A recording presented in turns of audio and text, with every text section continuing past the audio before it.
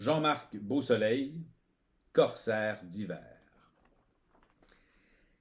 Iberville a grandi en folâtrant avec les Indiens, racontait Bilodeau.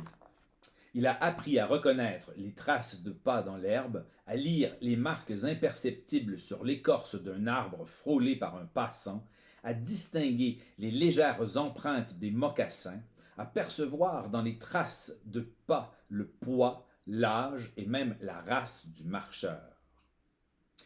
Brandissant cette fois un bouquin d'Ambroise Lafortune, Bilodeau continuait à me raconter l'enfance du personnage principal de notre film. Il distinguait l'empreinte du chevreuil de celle de l'orignal, celle du loup de celle du renard. Il déchiffrait les cendres des bivouacs grâce à leur couleur ou leur degré de chaleur. Il pouvait donc discerner l'heure du départ des voyageurs qui les avaient laissés. Il connaissait les nuages, le vol des oiseaux, le cri des chouettes, la mousse dans la forêt, la rosée ou la brume du matin. Tout lui parlait un langage familier et lui annonçait la tempête ou le beau temps, l'approche de l'ennemi ou la paix calme et sereine. Il pouvait allumer un feu dans une tempête de neige, chasser le gibier.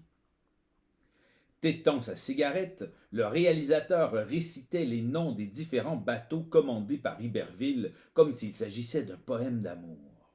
Le soleil d'Afrique, le poli, l'envieux, le palmier, le pélican, le wesp, le profond, le violent, le juste.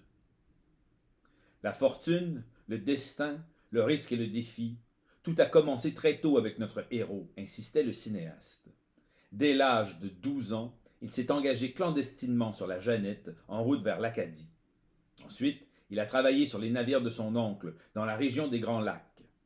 En canot, sillonnant les rivières, il pratiquait le troc avec les Amérindiens.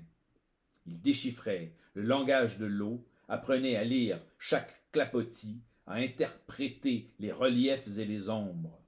Il se fondait dans la forêt, s'y intégrait, symbiose parfaite entre un homme et un territoire. Merci.